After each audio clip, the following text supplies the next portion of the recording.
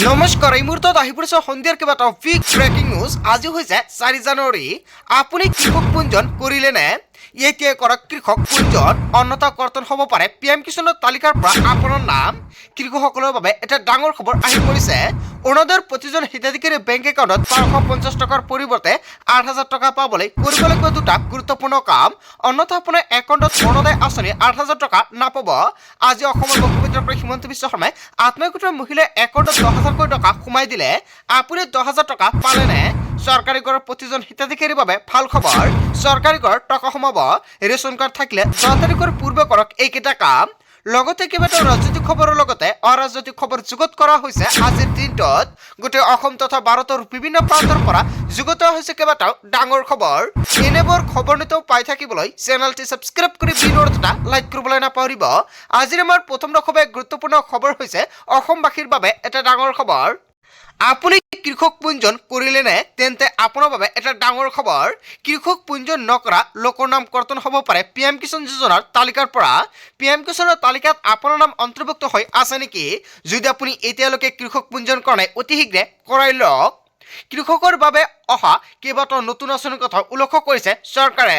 কৃষকৰ বাবে অহা অন্যান্য চৰকাৰী আঁচনিৰ পৰা হ'ব পাৰে বঞ্চিত।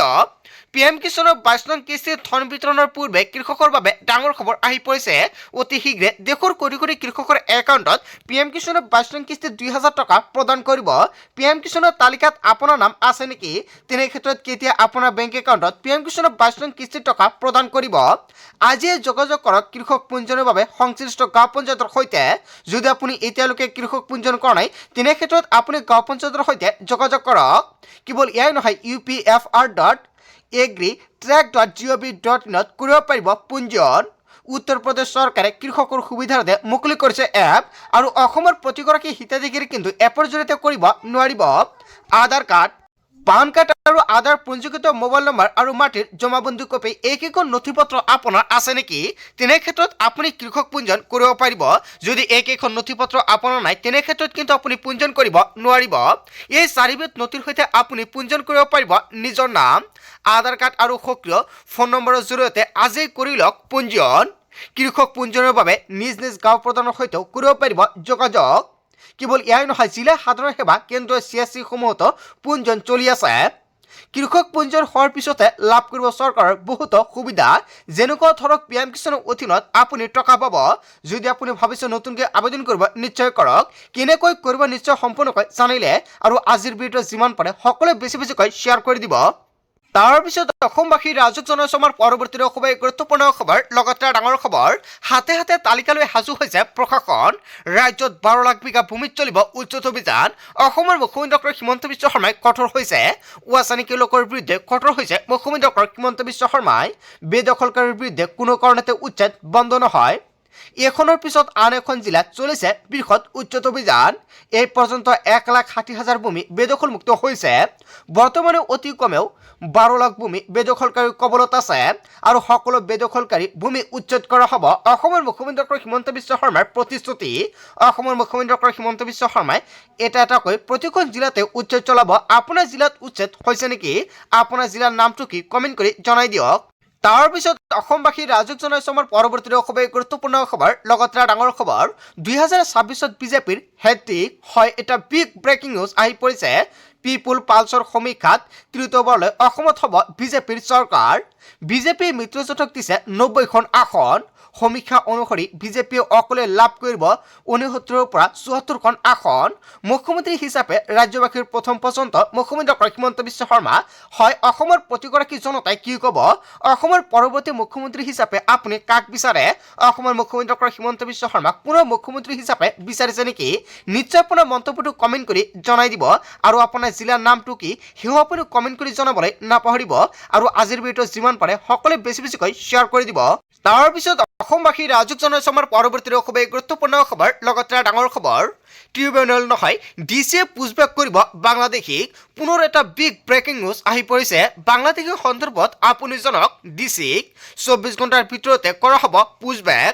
ৰাইজেও অভিযোগ দিলে বাংলাদেশীক লৈ বিচাৰ কৰিব ডিচিয়ে 24 ঘণ্টাৰ ভিতৰত বিতৰণ কৰিব বাংলাদেশীক অভিযোগ থাকিলে ডিচিৰ কাষ চপাৰ অনুৰোধ মুখ্যমন্ত্ৰীৰ অবৈধ বাংলাদেশী বিতৰণক লৈ মুখ্যমন্ত্ৰী ডক্টৰ হিমন্ত বিশ্ব শৰ্মাই কৰিছে ডাঙৰ মন্তব্য যদি আপোনাৰ গাঁও বা অঞ্চলত বাংলাদেশী আছে তেনে ক্ষেত্ৰত এতিয়াই অভিযোগ দিয়ক ডিচিক লগে ডিচিয়ে ল'ব একশ্যন তাৰ পিছত অসমবাসী ৰাজুক জনাইছে আমাৰ পৰৱৰ্তী খুবেই গুৰুত্বপূৰ্ণ খবৰ লগতে ডাঙৰ খবৰ আৰক্ষীয়ে মুকলি কৰিলে জৰুৰী হোৱাটছআপ নম্বৰ চুৰি ডকাইতি অবৈধ বেহা দেখিলে ফটো তুলি দিয়ক আপুনি অভিযোগ এতিয়াই নোট কৰি লওক জৰুৰী নম্বৰটো হৈছে 6026900977 যিকোনো বেয়া কামৰ সৈতে জড়িত ব্যক্তিৰ তথ্য পালে এই নম্বৰত দিয়ক আপুনি অভিযোগ হোৱাটছআপত মেছেজ কৰি দিব পাৰিব আপুনি অভিযোগ দিয়াৰ ব্যক্তিৰ পৰিচয় গোপনীয় ৰখা হ'ব এটা মেছেজতে লোৱা হ'ব ভয়ংকৰ একশ্যন শিৱসাগৰ আৰক্ষীয়ে মুকলি কৰিছে এই জৰুৰী নম্বৰ আৰু আজিৰ ভিডিঅ'ত যিমান পাৰে সকলোৱে শ্বেয়াৰ কৰক যাতে সকলোৱে দুৰ্নীতিৰ বিৰুদ্ধে এনেকুৱাকৈ একশ্যন ল'ব পাৰে তাৰপিছত অসমবাসী ৰাজুক জনাইছে আমাৰ পৰৱৰ্তী খুবেই গুৰুত্বপূৰ্ণ খবৰ লগতে ডাঙৰ খবৰ উদ্যমিতা আঁচনিৰ ধন বিতৰণক লৈ মুখ্যমন্ত্ৰী ডক্টৰ হিমন্ত বিশ্ব শৰ্মাৰ ডাঙৰ মন্তব্য আপোনাৰ সমষ্টিত উদ্যমিতা আঁচনিত 10,000 টকা পালেনে যদি এতিয়ালৈকে 10,000 টকাৰ চেক পোৱা নাই তেন্তে আপোনাৰ বাবে ভাল খবৰ ফেব্ৰুৱাৰীৰ পূৰ্বে প্ৰতিগৰাকী মহিলাৰ একাউণ্টত সোমাব 10,000 টকা ফেব্ৰুৱাৰী মাহৰ 10 তাৰিখৰ ভিতৰত লাভ কৰিব উদ্যমিতা আঁচনিৰ ধনৰাশি 10 তাৰিখৰ পূৰ্বে আপোনাৰ একাউণ্টত এই টকা সোমাব 20 ফেব্ৰুৱাৰীত প্ৰতিগৰাকী হিতাধিকাৰী লাভ কৰিব 8,000 টকা অসমৰ মুখ্যমন্ত্ৰী ডক্টৰ হিমন্ত বিশ্ব শৰ্মাই 20 ফেব্ৰুৱাৰীত অৰুণোদয় আঁচনিৰ প্ৰতিগৰাকী হিতাধিকাৰী একাউণ্টত এই টকা প্ৰদান কৰিব অৰুণোদয়ৰ তালিকাত আপোনাৰ নামটো অন্তৰ্ভুক্ত হৈ আছে নেকি তেন্তে আপুনি টকা ল'বলৈ সাজু হওক 1250 টকা নহয় আপুনি লাভ কৰিব 8,000 টকা ৰাজ্যত 32 লাখ মহিলাই পাব 10,000 টকা আত্মীয়গোটৰ প্ৰতিজন মহিলাৰ বাবে অত্যন্ত ভাল খবৰ আপোনাৰ জিলাৰ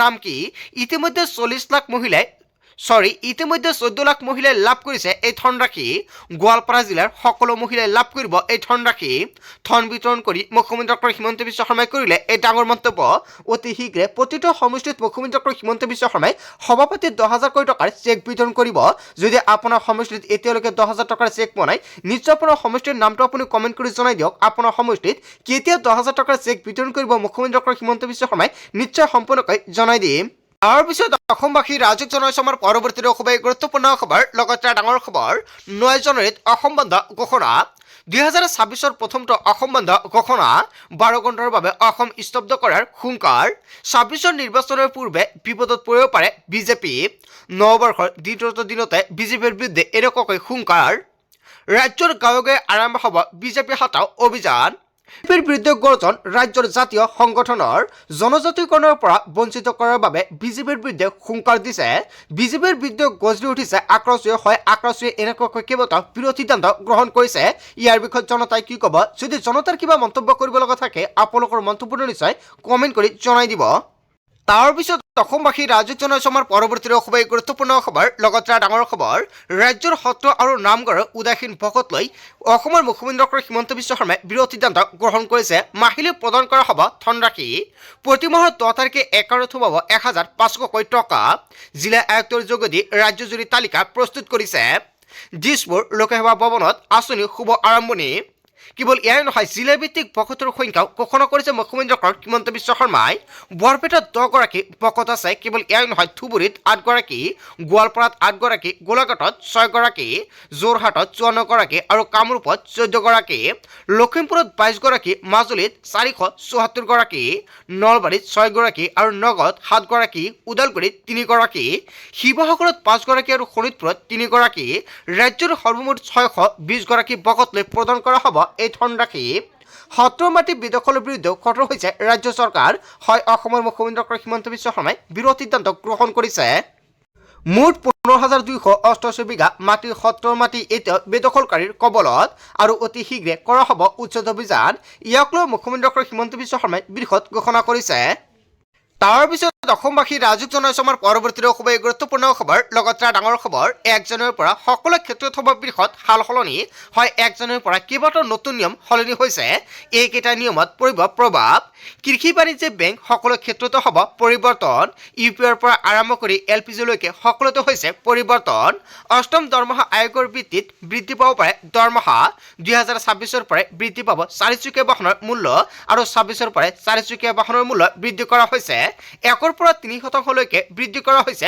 বাহনৰ মূল্য প্ৰবঞ্চনা হ্ৰাসৰ বাবে মেছেজিং এপত আহিব বিশেষ বাধা আৰোপ কেৱল ইয়াই নহয় এছবিআই পিএনবি আৰু আইডিএফচি বেংকৰ ঋণৰ পৰিমাণ হ্ৰাস পাব 26 এপ্ৰিলত প্ৰণয়ন হ'ব নতুন আয়কৰ আইন চিএনজি পিএনজি আৰু এটিএফ ইন্ধনৰ দামত বৃহৎ পৰিৱৰ্তন হৈছে আধাৰ লিংক নকৰিলে 1 জানুৱাৰীৰ পৰা সমস্যাত পৰিব পাৰে আপুনি আধাৰ কাৰ্ডৰ লগত পান কাৰ্ড লিংক কৰিছে নেকি যদি আপুনি কৰা নাই তেনে ক্ষেত্ৰত আপুনি বিপদত পৰিব পাৰে আইটিআৰ ৰিফাণ্ড আৰু ৰচিদ বেংকিঙৰ সুবিধাও লাভ নকৰিব আপুনি পিএম কিষাণৰ অধীনত কৃষকসকলক প্ৰদান কৰা হ'ব নতুন আইডি যদি পিএম কিষাণৰ তালিকাত আপোনাৰ নামটো অন্তৰ্ভুক্ত হৈছে তেনে ক্ষেত্ৰত আপুনি এটা নতুন আইডি লাভ কৰিব এই আইডিৰ জৰিয়তে লাভান্বিত হ'ব দেশৰ কৃষকসকল শস্য বনপ্ৰাণীয়ে কৰা ক্ষতি আৰু কীট পতংগৰ ক্ষতি দিয়া হ'ব ক্ষতিপূৰণ 1 জানুৱাৰীৰ পৰা সকলো ক্ষেত্ৰত বৃহৎ সাল সলনি হৈছে এইকেইটা নিয়মৰ সলনি হৈছে নিশ্চয় আজিৰ ভিডিঅ'ত আপোনালোকক এইখিনি সৰুকেইটা ইনফৰমেশ্যন দিবলগীয়া আছিলে ভিডিঅ'টি ভাল লাগিলে লাইক কমেণ্ট শ্বেয়াৰ কৰিব